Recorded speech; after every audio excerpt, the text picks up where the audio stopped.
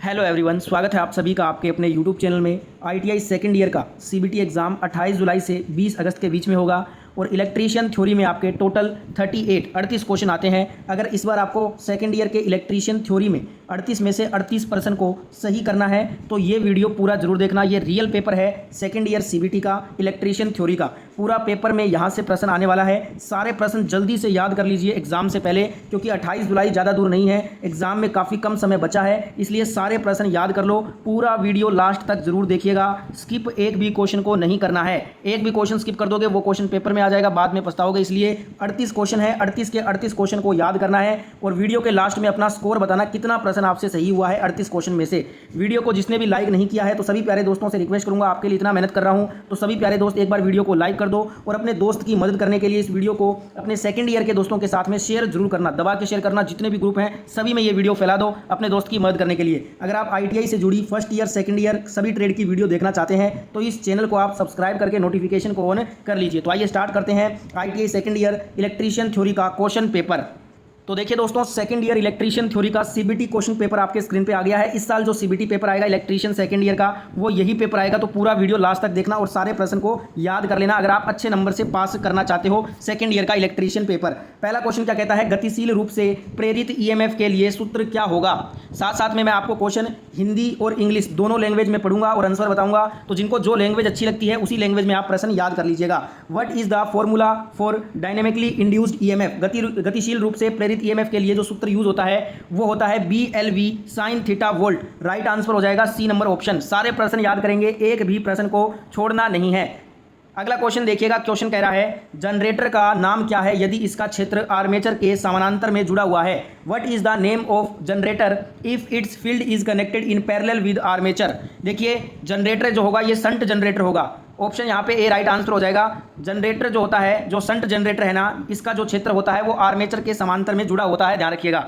अगला क्वेश्चन है, question number 3 आपके स्क्रीन पे है। आर्क वेल्डिंग के लिए किस प्रकार के डीसी जनरेटर का उपयोग किया जाता है। Which type of DC generator is used for arc welding. Arc welding के लिए दोस्तों हम डिफरेंशियल कंपाउंड जनरेटर, विभेदक यौगिक जनरेटर का उपयोग करते हैं आर्क वेल्डिंग करने के लिए। सी नंबर ऑप्शन राइट हो जाएगा। हिंदी इंग्लिश दोनों लैंग्वेज में क्वेश्चन आपको बता रहा हूं, दोनों लैंग्वेज में से जो लैंग्वेज आपको आती है वो लैंग्वेज में आप क्वेश्चन याद करिएगा।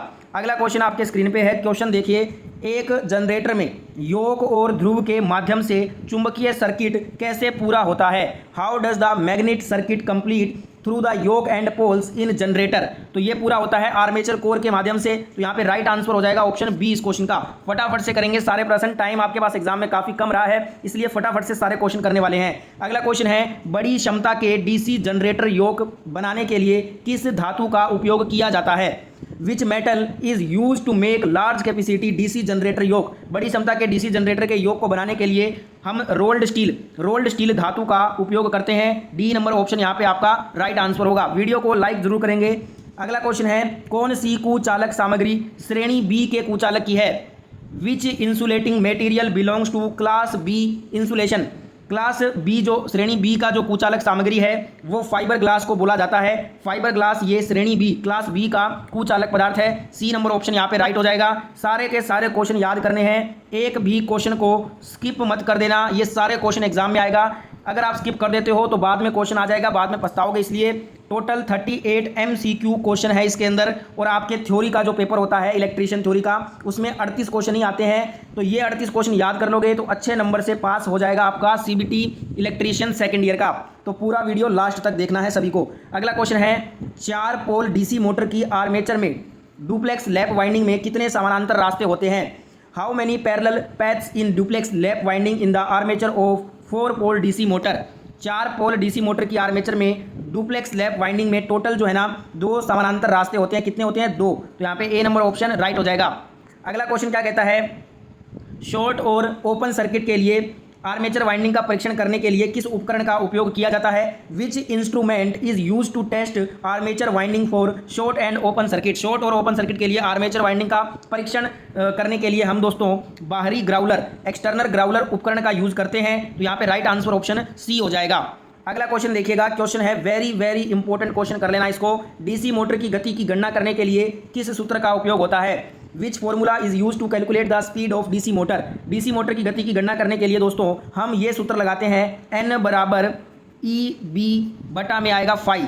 ये होता है डीसी मोटर की गति की गणना करने का सूत्र। ए नंबर ऑप्शन यहाँ पे हमारा राइट आंसर हो जाएगा। फॉर्मूले जितने भी आपके ट्रेड थ्योरी के हैं ना, आपको रट लेना है क्योंकि फॉर्मूले बहुत इंपॉर्टेंट हैं। अगला क्वेश्चन है, बड़े डीसी जनरेटर मशीनों के पोल कोर बनाने के लिए किस धातु का उपयोग किया जाता है। Which metal is use to make pole core of large DC generator machine. बड़े डीसी जनरेटर मशीनों के पोल कोर बनाने के लिए हम दोस्तों ढलवा इस्पात यानी कि कास्ट स्टील का यूज करते हैं। सी नंबर ऑप्शन यहाँ पे हमारा राइट आंसर हो जाएगा। अगला क्वेश्चन आपके स्क्रीन पे है, क्या होगा इसका आंसर फटाफट से बताइए कमेंट में। जनरेटर में ब्रश बनाने के लिए किस सामग्री का उपयोग किया जाता है। Which material is use to make brush in generator. Generator में ब्रश बनाने के लिए हम दोस्तों कार्बन और ग्रेफाइट सामग्री का यूज करते हैं। किसका? कार्बन और ग्रेफाइट का। तो यहाँ पे बी नंबर ऑप्शन राइट हो जाएगा। अगला क्वेश्चन देखिएगा दोस्तों, क्वेश्चन है डीसी जनरेटर के भाग का नाम बताइए। What is the name of part of DC generator. ये यहाँ पे आपको डायग्राम दिया गया है, ये डीसी जनरेटर के किस भाग का नाम है, इसका नाम आपको बताना है। ऑप्शन यहाँ पे दिया है स्टेटर, ध्रुव कोर, पोल शू या फिर योक या फ्रेम।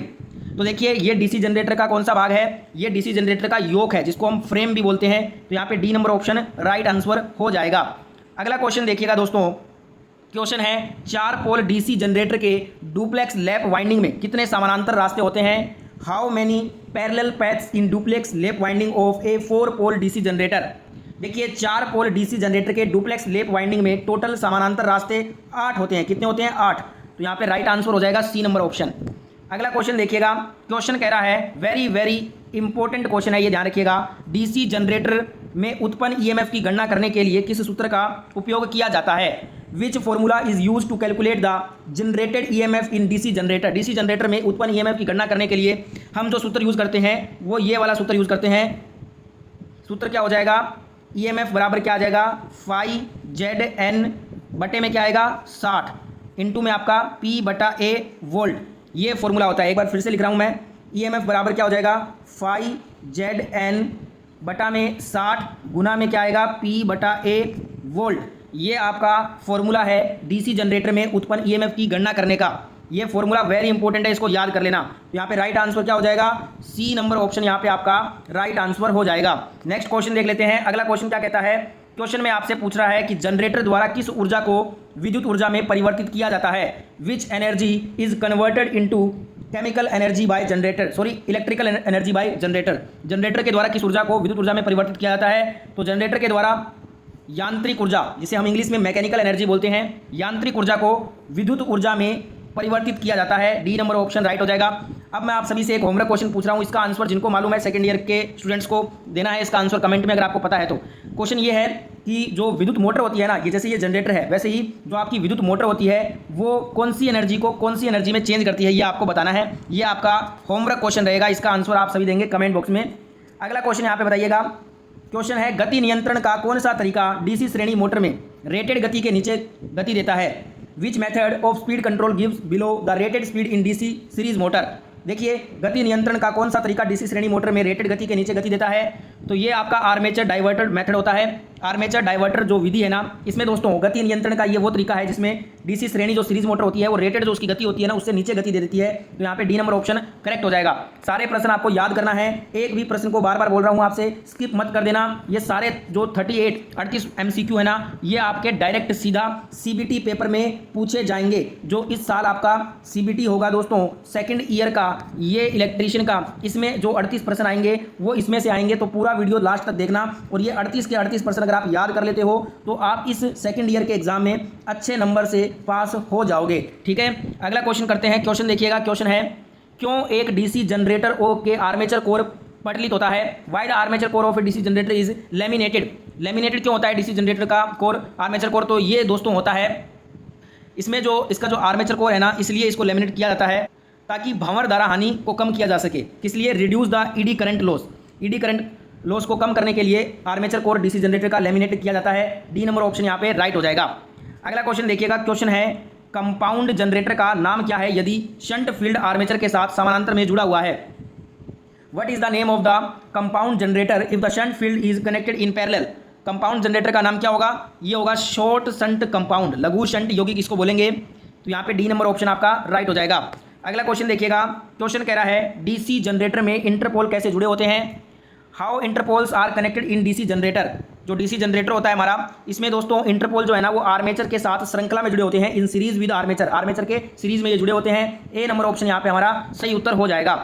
अगला क्वेश्चन देखिएगा, क्वेश्चन क्या कहता है, लंबी दूरी की वितरण लाइनों के लिए किस प्रकार के डीसी जनरेटर का उपयोग होता है। Which type of DC generator is use for long distance distribution line.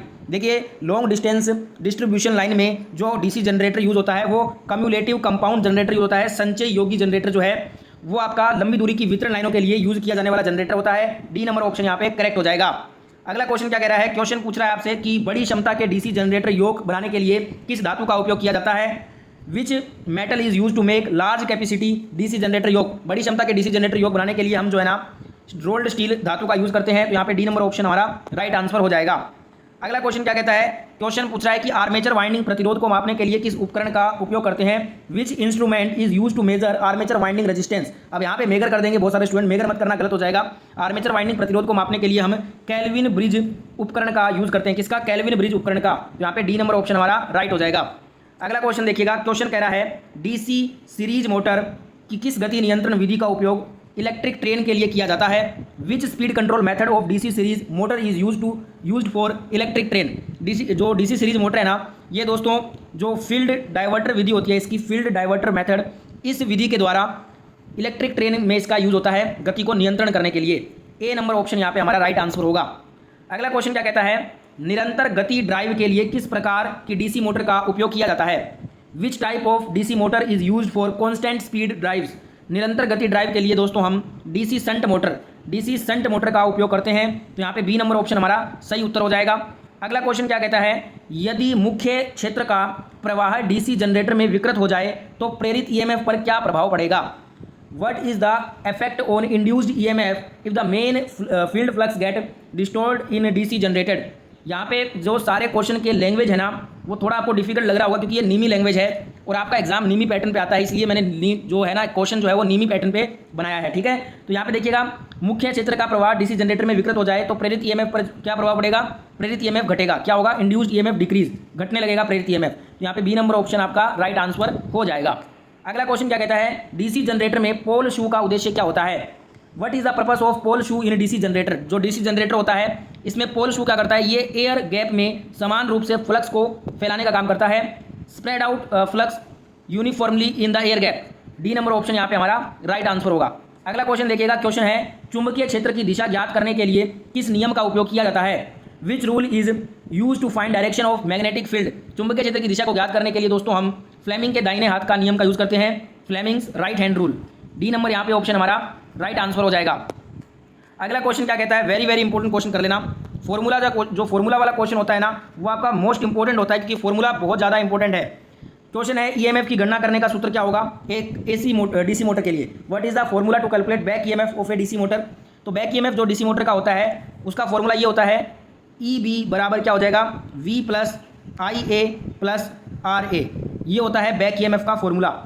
Right answer option C होगा। ठीक है, नेक्स्ट यहाँ पे क्वेश्चन, उससे पहले एक बात कहूँगा आपको, ये जो सारे क्वेश्चन मैं आपको करवा रहा हूँ ना फटाफट से आंसर इसलिए दे रहा हूँ क्योंकि हमारे पास जो एग्जाम में टाइम है वो बहुत ही कम बचा है। तो आप एक काम कीजिएगा, या तो इन वीडियो के स्क्रीनशॉट ले लीजिएगा या फिर अपनी जो नोटबुक है ना नोटबुक में आप इनको नोट डाउन करते रहिए ये सारे प्रश्न के आंसर, जिससे कि आपको बाद में रिवीजन करने में आसानी होगी। या फिर इस वीडियो को आप बार बार देखिएगा जिससे कि आप सारे प्रश्न एग्जाम से पहले याद कर सको। ठीक है, तो मैंने आपको तरीके बता दिए हैं जिससे कि आपको ये सारे क्वेश्चन याद हो जाएंगे क्योंकि ये क्वेश्चन आपको डायरेक्ट पेपर में देखने को मिलेगा, पेपर में छपेंगे ये सारे के सारे प्रश्न। ठीक है, अगला क्वेश्चन क्या कहता है, इलेक्ट्रोप्लेटिंग प्रक्रिया के लिए किस प्रकार के डीसी जनरेटर का उपयोग किया जाता है।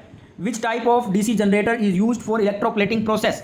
अब जो इलेक्ट्रोप्लेटिंग का प्रोसेस होता है उसमें हम शंट जनरेटर का यूज करते हैं। तो यहाँ पे ए नंबर ऑप्शन हमारा राइट हो जाएगा। नेक्स्ट क्वेश्चन देखिएगा, क्वेश्चन क्या कह रहा है कि सिंप्लेक्स वेव वाउंड आर्मेचर के साथ एक 4 पोल डीसी जनरेटर में 1020 कंडक्टर है और 1500 आरपीएम की गति से ये संचालित है।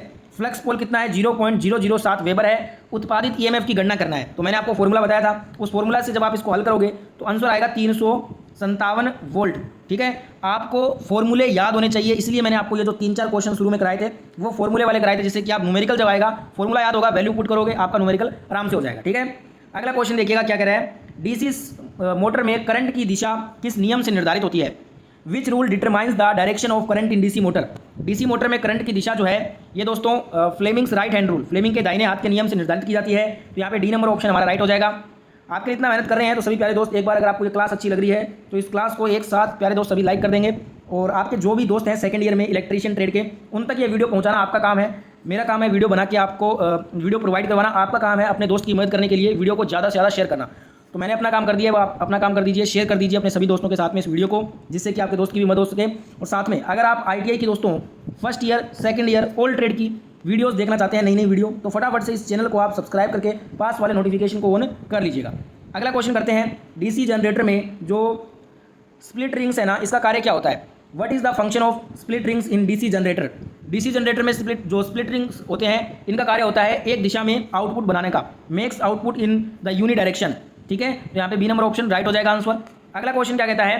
क्वेश्चन है कि डीसी जनरेटर में तरंग वाइंडिंग की विशेषता क्या होती है? What is the property of wave winding in DC generator? DC generator में जो तरंग वाइंडिंग है ना, इसकी जो विशेषता होती है ये लो करंट और हाई वोल्टेज होता है, कम धारा उच्च वोल्टेज का। तो यहाँ पे सी नंबर ऑप्शन आपका राइट हो जाएगा आंसर। अगला क्वेश्चन देखिएगा, क्वेश्चन क्या कहता है? डीसी जनरेटर में क्या प्रभाव होता है अगर इसे लंबे समय तक बंद रखा जाए? What is the effect in DC generator if it is kept idle for long time? DC generator में क्या प्रभाव होगा अगर इसे लंबे समय तक बंद रखा जाए? ये क्या होगा दोस्तों? अपने अवशिष्ट चुंबकत्व को खो देगा, लूजेज इट्स रेजिडुअल मैग्नेटिज्म, अपने अवशिष्ट जो चुंबकत्व है उसको ये खो देगा। तो यहाँ पे डी नंबर ऑप्शन करेक्ट हो जाएगा। और ये कब होगा? जब हम डीसी जनरेटर को लंबे समय तक बंद रख दें तो। ठीक है, नेक्स्ट यहाँ पे क्वेश्चन देखेंगे। क्वेश्चन कह रहा है, क्यों पोल कोर स्टॉम्पिंग डीसी जनरेटर में पटलित करते हैं? सारे निम्मी लैंग्वेज है इसलिए आपको थोड़ा टफ लग रहा होगा ये। Why the pole core stampings are laminated in DC generator? जो पोल कोर स्टैम्पिंग्स होता है वो लेमिनेटेड इसलिए होता है ताकि reduce the eddy current loss, भंवर धारा हानि को कम करने के लिए इसको लेमिनेटेड किया जाता है। डी नंबर ऑप्शन यहाँ पे राइट हो जाएगा। अगला क्वेश्चन देखिएगा, क्वेश्चन कहता है डीसी जनरेटर में आर्मेचर प्रतिक्रिया का प्रभाव क्या होता है? What is the effect of armature reaction in DC generator? DC generator में आर्मेचर प्रतिक्रिया का जो प्रभाव होता है वो दोस्तों आउटपुट वोल्टेज जो है वो कम हो जाता है, आउटपुट वोल्टेज डिक्रीजेज। यहाँ पे बी नंबर ऑप्शन आपका राइट होगा। अगला क्वेश्चन देखिएगा, क्वेश्चन है डीसी शंट मोटर में सामान्य गति से नीचे कौन सी गति नियंत्रण विधियां प्रदान करती हैं? विच speed control methods offers below normal speed in DC shunt motor? तो डीसी शंट मोटर में सामान्य गति से नीचे कौन सी गति नियंत्रण विधियां हैं? तो ये आपकी आर्मेचर नियंत्रण विधि है, आर्मेचर कंट्रोल मेथड इसको बोलते हैं इंग्लिश में। सी नंबर ऑप्शन यहाँ पे राइट हो जाएगा। अगला क्वेश्चन देखेंगे, क्वेश्चन है 4 पोल डायनेमो के प्रेरित ईएमएफ की गणना करें। 1000 आरपीएम लैप वाउंड और कंडक्टरों की कुल संख्या कितनी है? 600 है। फ्लक्स पोल है 0.064 वेबर।